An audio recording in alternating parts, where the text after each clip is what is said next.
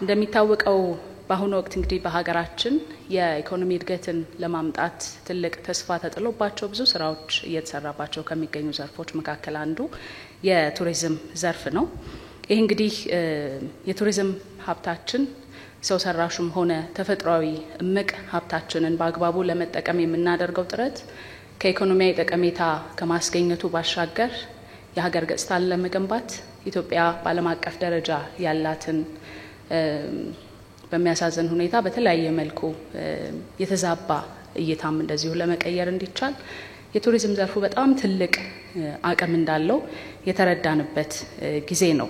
ይህንንም ወደ ተግባር በመተርጎም ነው መንግስት ከዋና ዋና የኢኮኖሚ እድገት አመንጪ ከሆኑ መስኮች መካከል አንዱ ምሰሶ አድርጎ የቱሪዝም ዘርፉን እየሰራበት የሚገኘው።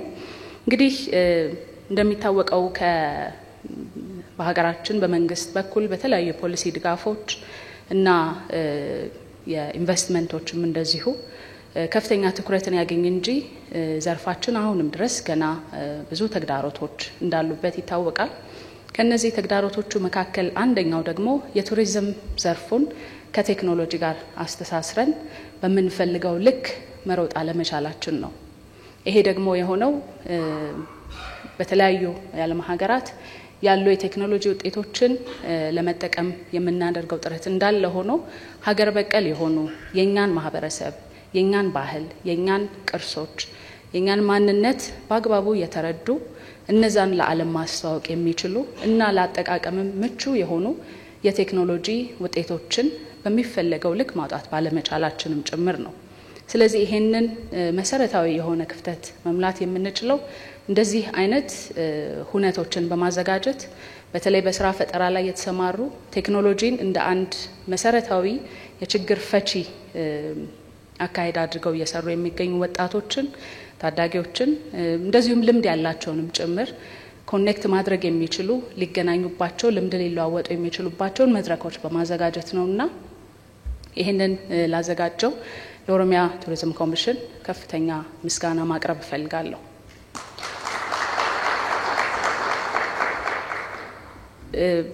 ያው መቼስ ቴክኖሎጂ ላይ በብዙዎቻችሁ ተሰራላችሁና ዘመኑ የቴክኖሎጂ ነው ስንል እንዲሁ አነጋገር ለማሳመር ቃላት ለማሳመር አይደለም።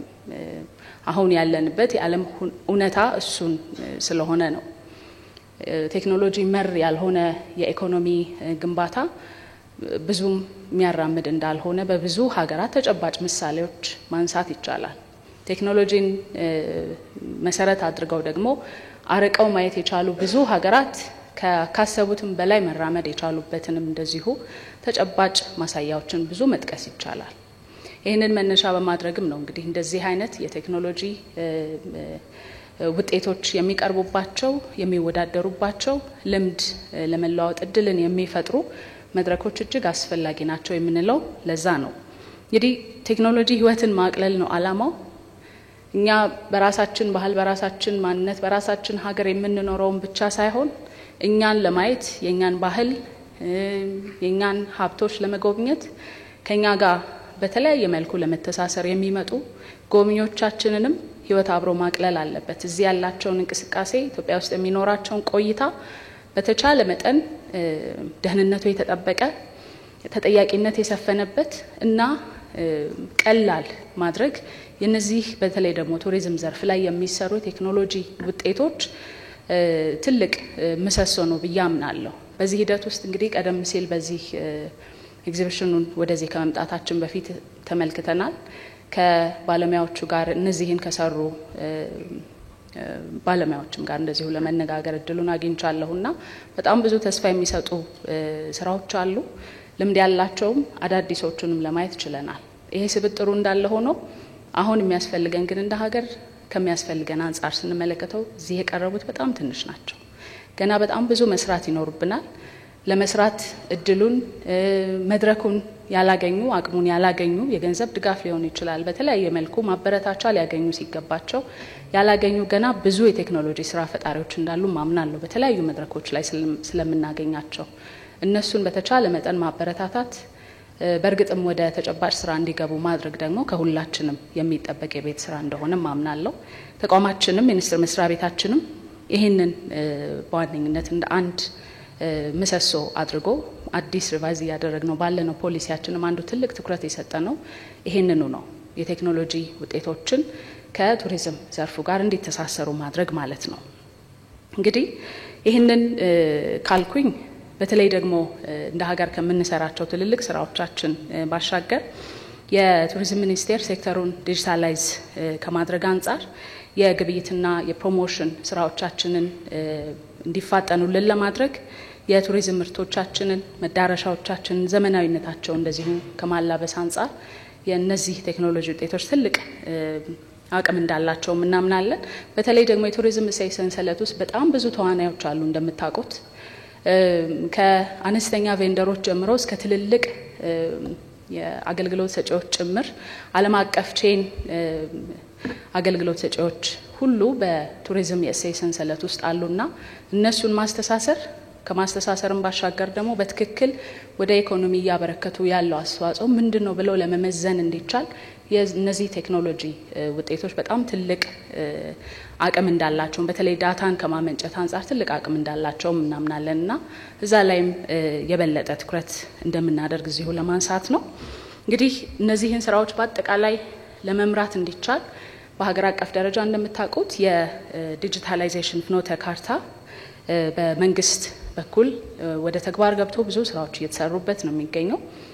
በዚያው አጋጣሚ በነገራችን ላይ አንድ እንደው እንደ መልእክትም ልነግራችሁ የምፈልገው በተለይ የዚህ የቴክኖሎጂ ዘርፍ ላይ የምትሰሩ እዚህ ያላችሁ ይሄን መልእክትም እንደዚሁ የምትሰሙ በአጠቃላይ ከቴክኖሎጂ ጋር ቀጥተኛ ግንኙነት ያለው ስራ የምትሰሩ ፓሽኑ ያላችሁ ፍላጎቱ ያላችሁ በሙሉ አዲስ በቅርቡ የተከፈተውን የሳይንስ ሙዚየም ቋሚ ኤግዚቢሽንን በጣም አደራ ማለት የምፈልገው ማየት አለባችሁ፣ ኤክስፒሪየንስ ማድረግ አለባችሁ። ኢትዮጵያ ውስጥ ከምንኮራባቸው የግብርና ምርቶቻችን ለምሳሌ ጤፍ፣ ቡና፣ እንሰት ከነሱ ታሪካዊ አመጣጥ ጀምሮ እስከ ፊውዥን ቴክኖሎጂ ድረስ የትላንቷን ኢትዮጵያ የዛሬዋን እና የነገውን ህልማችንን በደንብ ማየት የሚያስችል ነው። እነዚህ ደግሞ በደንብ በቴክኖሎጂ ታግዘው በተጨባጭ ስራዎችም የታጀቡ በመሆናቸው በጣም ጥሩ ልምድ የምታገኙበት ነው። ሌሎችም እንደዚሁ ክልሎች በዚህ ዘርፍ ላይ የሚሰሩ ባለሙያዎቻቸው በሙሉ ልጆቻችን ማየት አለባቸው፣ ኢንስፓየርድ መሆን አለባቸው። ለአዳዲስ ሀሳብ አእምሯቸውን ክፍት ማድረግ ይኖርብናልና አደራላችሁ ፈልጋለሁ። ከዛ ባሻገር ዛሬ እንግዲህ በይፋ የተከፈተው የዚህ የኢኖቬሽን ፎር ሰስቴይነብል ኤንድ ስማርት ቱሪዝም ፊውቸር የሚለው ቀደም ሲል ካነሳው ሀሳብ ጋር በቀጥተኛ ግንኙነት ያለው እንደመሆኑ መጠን እንደ ሀገር ያስቀመጥናቸውን ትልልቅ እቅዶቻችንን ለማሳካት አንድ መነሻ ነው ብለን እናምናለን።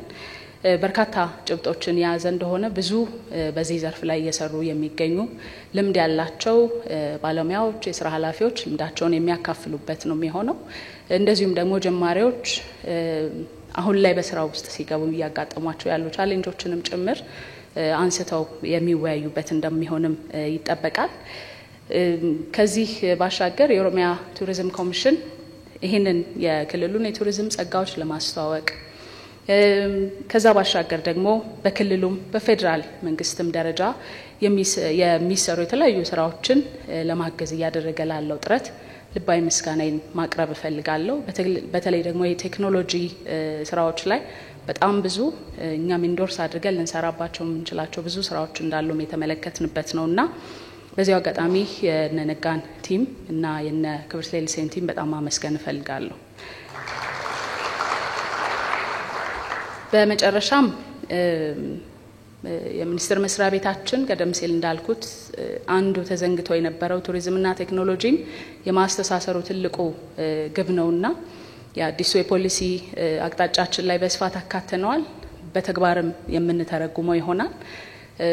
ከዛ ባሻገር ሁሉም ክልሎች፣ የከተማ አስተዳደሮች፣ የተለያዩ ስራ ፈጣሪዎች ቱሪዝምና ቴክኖሎጂን አስተሳስረው አዳዲስ ሀሳብ ይዘው ለሚመጡ የተለያዩ አካላት ሚኒስቴር መስሪያ ቤታችን አስፈላጊውን ድጋፍ በማድረግ ፐብሊሲቲውን እንዲያገኙ ከተለያዩ ተቋማት የሀገር ውስጥ የውጭ ተቋማት ጋር ተገናኝተው ልምድ የሚለዋወጡበትን ድጋፍ የሚያገኙባቸውንም መንገዶች ለመፈለግ ቁርጠኛ መሆኑን በዚሁ አጋጣሚ መልእክቴን ማስተላለፍ ፈልጋለሁ። በድጋሚ ከልብ አመሰግናለሁ።